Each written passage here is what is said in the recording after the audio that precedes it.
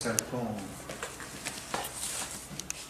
c'est ça, c'est la série de dessins des têtes de Salcon. C'est des dessins faits devant la télé en regardant Pujadas. Et ils sont faits sur le set de table.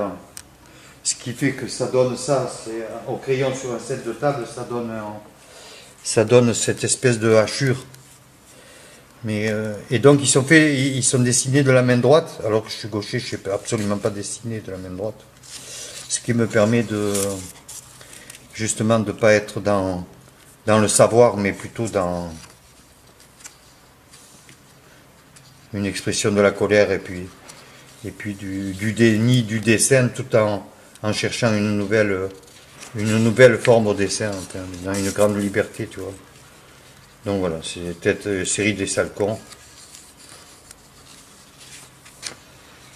En regardant la télévision, les informations sur la 2, où ça m'avait inspiré. Voilà. Ça me fait marrer ça. Je trouve toujours ça drôle. Voilà. C'est une façon de... Tiens, un tampon right hand et left hand. Ouais, mais ça c'est vieux, hein, c'est parce que ça m'a servi dans d'autres séries, justement dans les tableaux, les petits dessins de carnet de voyage où je dessinais la main droite et la main gauche en même temps, un peu comme mes tableaux de Tchernobyl où qui sont peints avec uniquement la main droite et l'œil droit. Donc c'était une espèce de travail du corps hémiplégique et la question de la perte en 86, j'avais entrepris cette série. Tchernobyl, c'est fait avec la main droite et l'œil droit. Ouais. Alors que tu es gaucher. Je suis gaucher intégral. Ouais. Donc c'était perdre d'un côté la vue binoculaire perspectiviste et donc pour une vue monoculaire et puis et le savoir de la main gauche qui est le savoir académique quelque part, le savoir peindre, dessiner, savoir faire, et la main droite c'était cette espèce de la peinture du handicap. Voilà. Donc là c'est un peu la reprise de tout ça, parce que tout est chez moi c'est en jachère et puis ça revient 1 an, 2 ans, 5 ans, 10 ans après, ça dépend du temps de la jachère, que le sol se recharge. Voilà, et puis je cherche au contraire la diversité, l'invention plutôt que de la répétition ou le savoir, donc ça m'emmerde, je déteste m'ennuyer, donc la vie déjà c'est chiante, si en plus tu t'emmerdes à l'atelier, c'est même plus la peine. Tu arrêtes tout de suite, tu deviens trader ou machin pour gagner du fric. Non, c'est pas mon problème.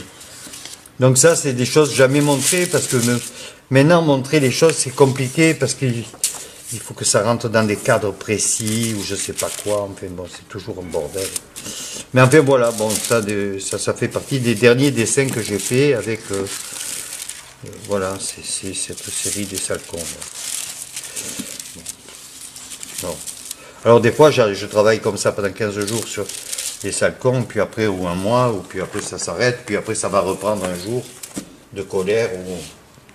Et ça c'était, ça tu vois, c'est toujours des carnets de voyage, c'est des choses... pendant des années j'ai dessiné ces 9 signes qui sont voilà, le sexe, le nuage, l'étoile, l'avion, la femme, le poisson, la bombe, le cœur, Ndé, la montagne, c'est Noël Dola, c'est ma signature, et la petite maison, voilà. Donc, et ça a été fait sous des formes extrêmement différentes, sur des papiers, souvent d'hôtel, et des fois, fait les deux mains ensemble. Les deux mains ensemble, ça donne quelque chose. Et donc, il y avait right hand et left hand, pour qu'on s'y retrouve un peu, voilà. Bon, c'est des trucs... ça c'est assez récent, ces trucs-là. Voilà, ça c'est des... je dirais dedans. Ça c'est les leurs. Ça c'est des dessins qui ont été photographiés. Ça c'est des dessins de fer faits avec mes fers à repasser, là. Là j'en ai fait faire 3 de fer, 2 gros et puis l'original.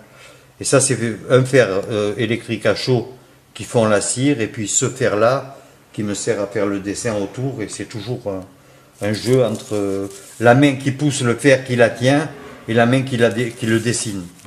Donc voilà, ça s'appelle des dessins de fer. C'est tout bête. Et ça, c'est la série avec la cire et... Donc tu le fais avec les deux mains à chaque fois? Ben oui, parce que si tu veux, tu as la cire là, tu charges ton fer, tu poses, et après le fer là, il est là, et pendant que tu dessines autour, et puis il faut pas penser pendant que tu fais, tu vois, il faut juste être dans le dessin avec le moins de regard possible sur le dessin, c'est-à-dire s'éloigner du savoir pour laisser arriver la chose. Mais après, bon. Après, très vite on apprend et très vite on se répète, et donc c'est pour ça que souvent mes séries s'arrêtent au moment où je sens que la répétition devient stérile, et enfin pour moi en tous les cas il me semble, mais c'est ma nature, hein, c'est parce que je suis bordélique, je ne supporte pas l'ennui, donc voilà, donc je joue comme ça avec tout ça, c'est des jeux différents, voilà. Ça c'est ceux avec la cire, mais après il y a ceux sans la cire qui sont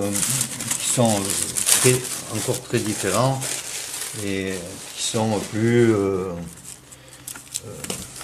ça je sais pas ce que c'est, la plume et son ombre, ça c'est des dessins de quelle année, je sais plus, ça c'est les dessins qui ont déjà été photographiés, ça c'est des dessins de l'heure, voilà, c'est des dessins de l'heure.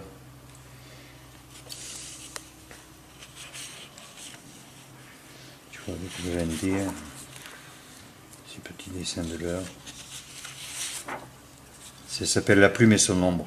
Parce qu'en fait, là il y a la vraie plume, et au départ elle est posée sur la feuille dans cet état-là, elle est photocopiée, et après cette plume, la même plume, c'est son ombre, mais elle est retravaillée à la colle et elle est collée dessus.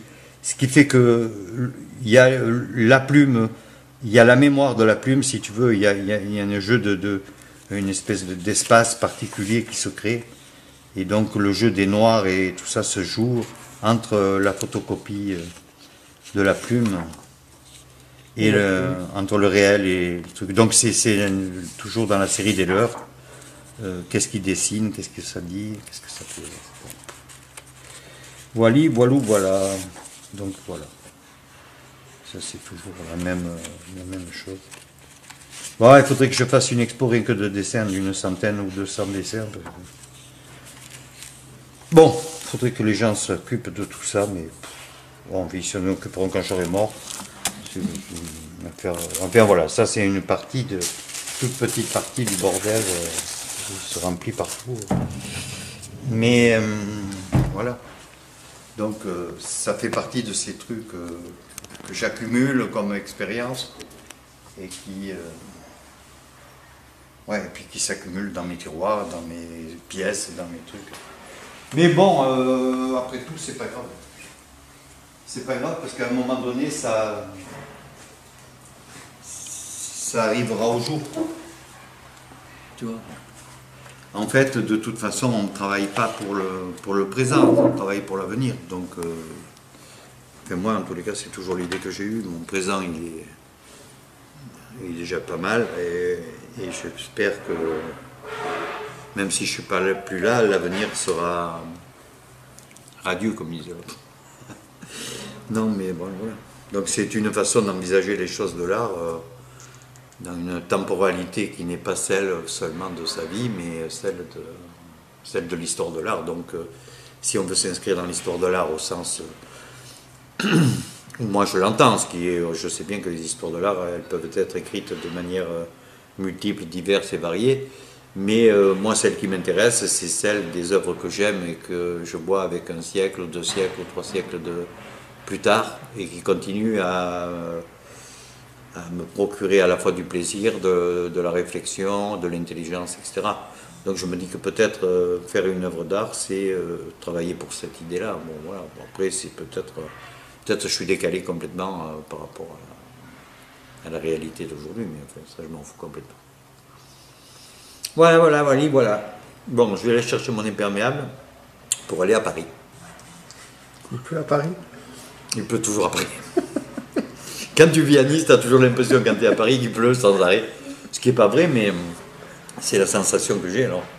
Comme je vais aller passer 15 jours et j'ai besoin d'un imperméable. Et d'un bonnet parce que j'ai des horreurs qui me pleuvent sur la tête. Les pluies acides, ça fait tomber les derniers cheveux qui me restent et je déteste ça. Voilà, donc, mon cher ami. Tu vas à Paris pour la FIAC? Bon, ouais, je vais à Paris pour la FIAC et puis en plus j'ai deux projets assez importants. Donc le petit palais où je dois investir le jardin et les petits bassins, les 3 bassins.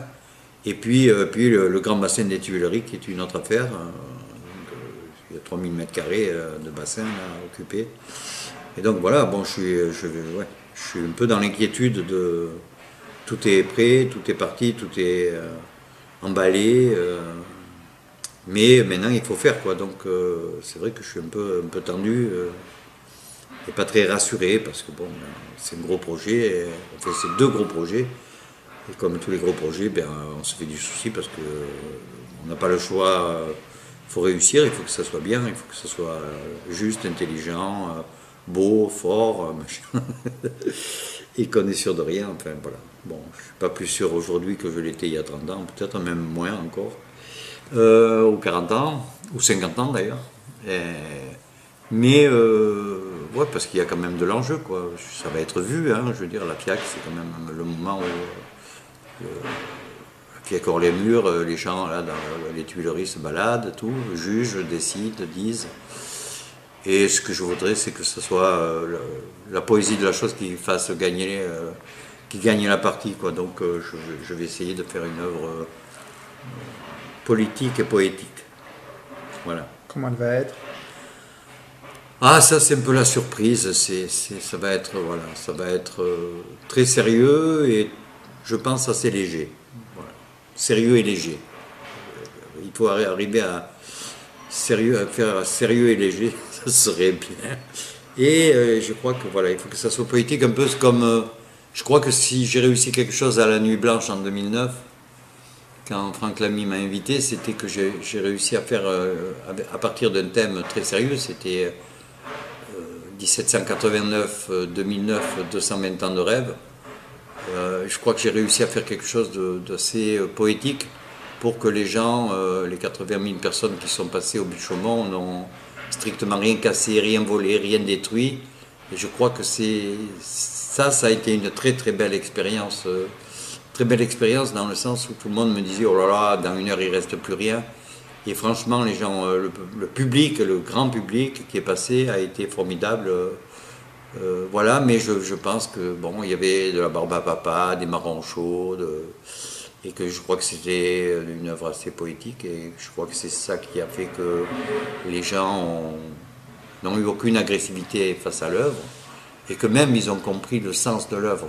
Je pense que c'est ça le plus important. C'est 1000 parapluies, 1500 parapluies qui descendaient vers le lac, comme abandonnés, et là, les parapluies rouges, un peu comme si le peuple de Paris avait abandonné sa protection. Et puis ce lac qui brillait de bleu, blanc, rouge, de 1000 éclats, enfin, c'était une grande cocarde tricolore en fait. Puis il y avait cette grotte rouge, là où la grotte peut-être des fusillés de 1870, parce que les Butte-Chaumont, ça a connu ça aussi. Donc il y avait toute cette mémoire, et puis les disques d'or qui étaient là, la symbolique de l'argent, avec des disques noirs qui étaient la symbolique du pétrole. C'était très sommaire, très con, très simple.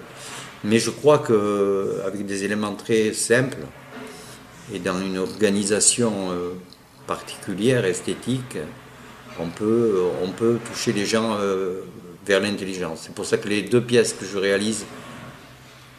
vais réaliser pour le Petit Palais, pour les Tuileries, ben, on persiste du côté du rêve, puisqu'il y aura rêve englouti et rêve éveillé. Donc voilà. Donc ça sera la continuation. Je ne sais pas si on dit continuation, continuité, je ne sais plus. De 1789-2009, 220 ans de rêve, voilà. Bon, donc je reste un 68 heures attardé.